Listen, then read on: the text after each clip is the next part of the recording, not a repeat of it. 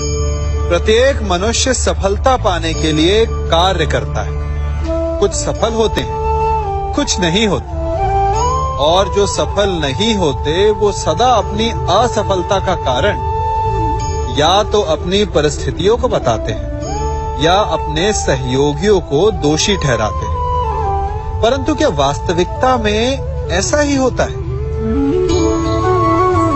क्या कोई परिस्थिति या कोई व्यक्ति किसी की असफलता का कारण बन सकते हैं? उत्तर हां भी है और ना भी। कैसे?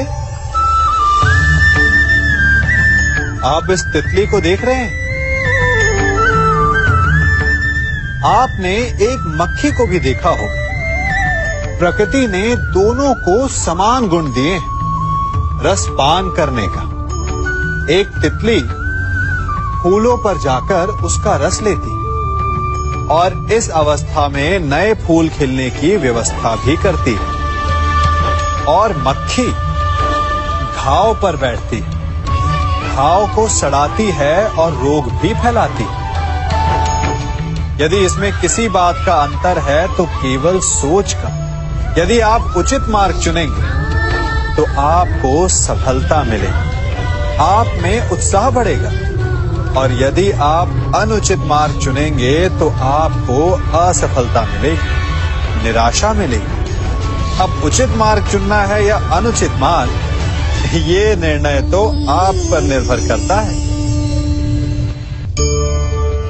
मनुष्य सदा भला बुरा, खरा खोटा, सत्य असत्य की बातें करता है। सत्य को अच्छा मानता है और असत्य को बुरा।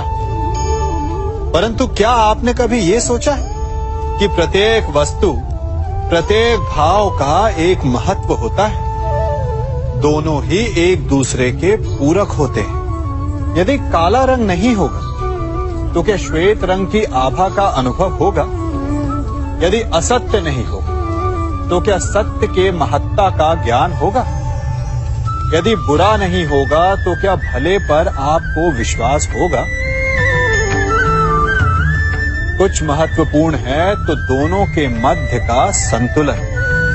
बुरी से बुरी वस्तु, समय या भाव, कोई ना कोई स्वयं में शुभ छिपाए रखती है। कभी काले गरजते मेघों को देखा है? उसके किनारे भी एक स्वर्णिम आभा होती है। उसी प्रकार यदि आपके जीवन में बुरा समय आए तो आपको अपने सच्चे मित्रों की पहचान हो जाती है। तो बुरे समय में निराश ना हो, उसमें भी कुछ शुभ खोजने का प्रयास करें, और धीरे धीरे सब कुछ आपके जीवन में स्वतः शुभ हो जाएगा। संसार में सबसे महत्वपूर्ण क्या है? दृष्टि या दृष्टिकोण, समझ या सोच?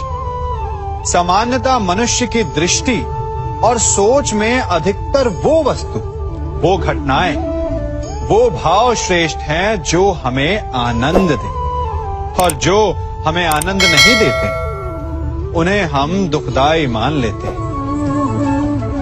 परंतु दृष्टिकोण और सोच को यदि एक भिन्न कोण से देखें तो परिस्थितियां भिन्न सिद्ध हो सकती हैं। जिस प्रकार भीषण गर्मी हमें सुहाती नहीं, परंतु वही गर्मी सागर और नदियों के जल को वाष्पित करती है और हमें मनोरम वर्षा का आनंद देती है, उसी प्रकार भीषण परिश्रम के पश्चात हमें सफलता मिलती है। शिक्षा के पश्चात हमें हमारा लक्ष्य मिलता है।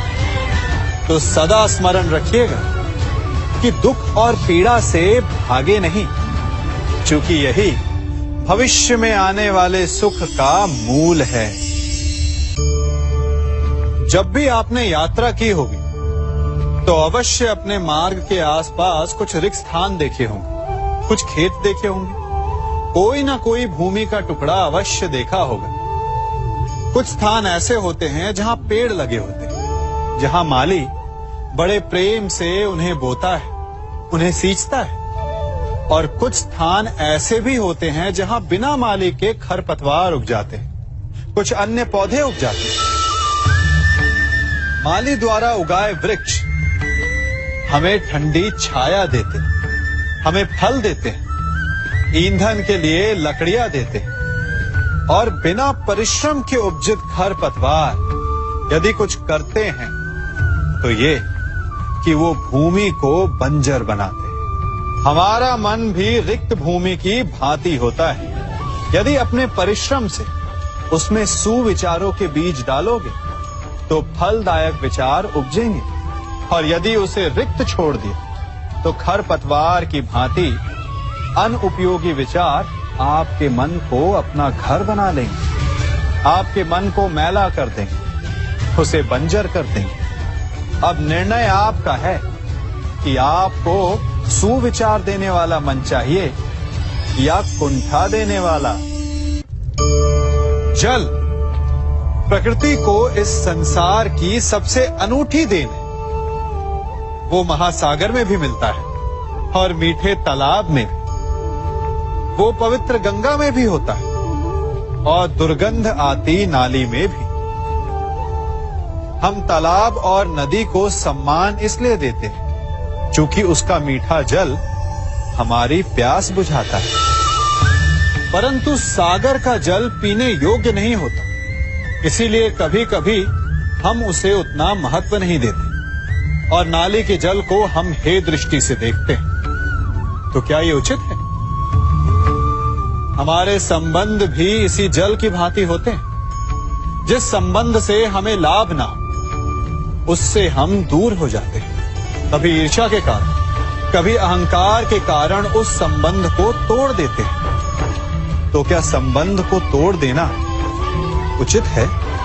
तनिक विचार कीजिए।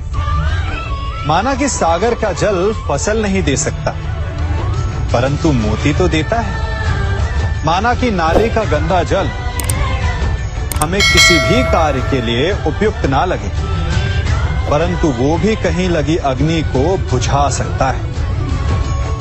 ठीक इसी प्रकार प्रत्येक संबंध कहीं ना कहीं किसी न किसी परिस्थिति में उपयोगी हो सकता है।